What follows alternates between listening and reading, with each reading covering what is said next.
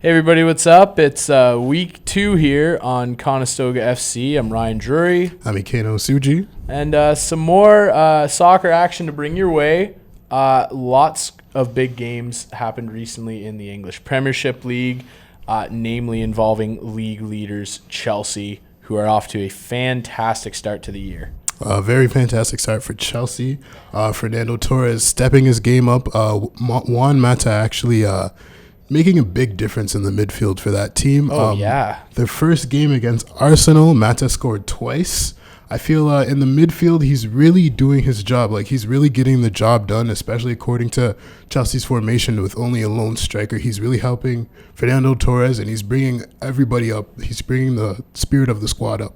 Absolutely, I agree. Mata looks incredible, and he's maybe going to punch his way onto the national team for once. And yeah, he's working really well with Torres.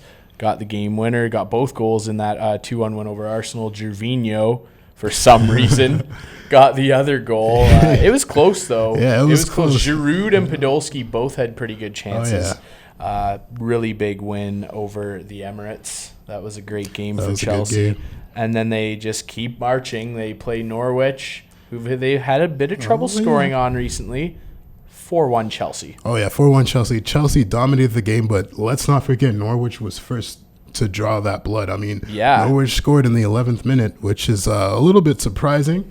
But Chelsea really came back, and they certainly improved from their performance against Norwich last year, the game where Drogba unfortunately got knocked out by the goalkeeper. That was a scare. Unreal. But I think Di Matteo is doing some nice things to the squad. He's managing his team well, and they should have wins like that over teams like Norwich. Absolutely, I agree, and I like Di Matteo. I like what he's doing with the team. A lot of people are criticizing them for being too defensive, but you know what? I feel like their game right now is a lot of nice ebb and flow. Yeah, it's they have an Italian coach, so he's obviously going to introduce an Italian style of play, which is defensive. If you look at all the coaches, I mean, Mourinho, he was Portuguese. They had a more attacking piece of play, rather. Sorry. Yes. but Di Matteo, he's really getting the job done. Even though it might be a little bit more defensive, they're doing what they should do against teams, and wins are the most important thing in the sport.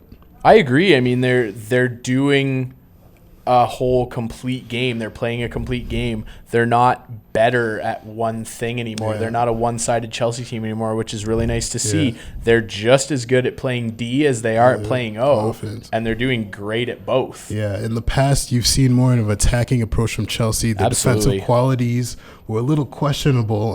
They would play a high defensive line that would get caught on counterattacks a lot. Yeah, and they like the offside trap. That would be really detrimental to them in the past, but now we're seeing a more balanced style of play. I think that's good for Chelsea fans. I agree. I mean, the defensive scheme where they're playing the cover line now is a lot more effective.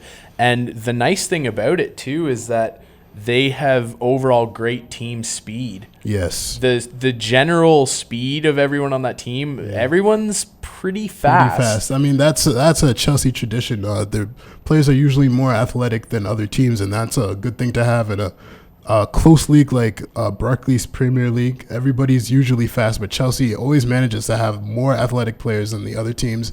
That gives them an advantage in their build-up play, especially players like Sturridge, who's on the reserves, Moses, who's a substitute, but Moses has really great speed. Obviously, Fernando Torres, Juan Mata, I mean, the list goes on, Ashley Cole. Their players are really speedy, and that gives them an advantage. Absolutely. It really gives them the benefit of playing more defense because they're all so fast that they can really bring the counterattack to you. And I mean, it seems like when I was watching that game against Norwich, especially in the second half, Chelsea would get the ball, and within 5 seconds, we're into the other third of the pitch. Just so much speed, crisp passing, and Mata lately, his speed is great. He has great speed. He deserved a goal. That should have been 5-1. Yeah. Obviously, the refs were a little bit brutal in that game. Hazard got fouled in the box about 3 times. Even the commentators were like, yeah, they were waiting. I mean, should have been at least one penalty kick. At least one, yeah. You know, the reffing in the English Premiership League this year has been up and down. Some games have been reffed really well, and others have been spotty at best, which was what we saw. Which we saw in the Chelsea games. It seems to be a little bit of a too consistent thing with Chelsea when they play. I mean, they get fouled a lot, but these refs, they don't call it. It's quite surprising. I mean, in the Champions League too. Yeah, lately. Hopefully that'll change. I don't know. Maybe it looks like a foul to us, but the refs don't see it that way. Maybe Chelsea are too fast, and it looks like they're diving. But if you really look at the replay, they're getting fouled a lot. Absolutely. I mean, the speed of the game, yes, it's hard to read sometimes for a ref, and we're all human. But, yeah, I mean, to miss that many blatant calls lately is silly, and especially on Torres. He's been getting beat up a lot. Good for him. And after Holt scored the opener for Norwich in the 11th, Torres answers right back in the 14th. Lampard in the 22nd to get the game winner. Yeah. Hazard in the 31st, and then Branislav Ivanovic in the 76th. Good for Branny. Yeah, I was quite surprised. He had a really good header. Fernando, I also like the Lampard goal. Fernando almost scoring a bicycle kick. That was sick. I was at the edge of my seat for that one, but he missed. But Lampard picking up where he left off, and he scored. And Chelsea, they really just dominated that game. The players who were supposed to be scored, except for Mata. But that's a totally different story. I mean, he did his part in the midfield. Even if he didn't score, he was a major role in that game. Absolutely, I agree. Looking forward for the early league leaders who are 4 points clear of now second place Man United. They have Tottenham next. Yes. Are they winning that game? Chelsea should definitely win that game. Tottenham are a solid team. This is going to be a very big test for Chelsea. I think so. However, if they lose, I mean, they're going to have some work to do. I mean, as good as they are defensively, they still have some kinks to work out. Yeah. Conceding that early goal to Holt, that really, it makes you question the defense a little. But Di Matteo is a good manager. I feel he's going to just work out a few of the defensive kinks in that match. And attacking is obviously no problem for Chelsea. So absolutely, if they can defend well and catch Tottenham on the counter, I think they'll do just fine. I think so too. I'm predicting a 3-2 scoreline. But yeah, and they got to be careful, iron out the D a little bit, because if there's one of those days that comes along where the offense falls asleep a little bit, they'll be in trouble. Oh, yeah. But that's definitely a match to look forward to 2 weeks from now.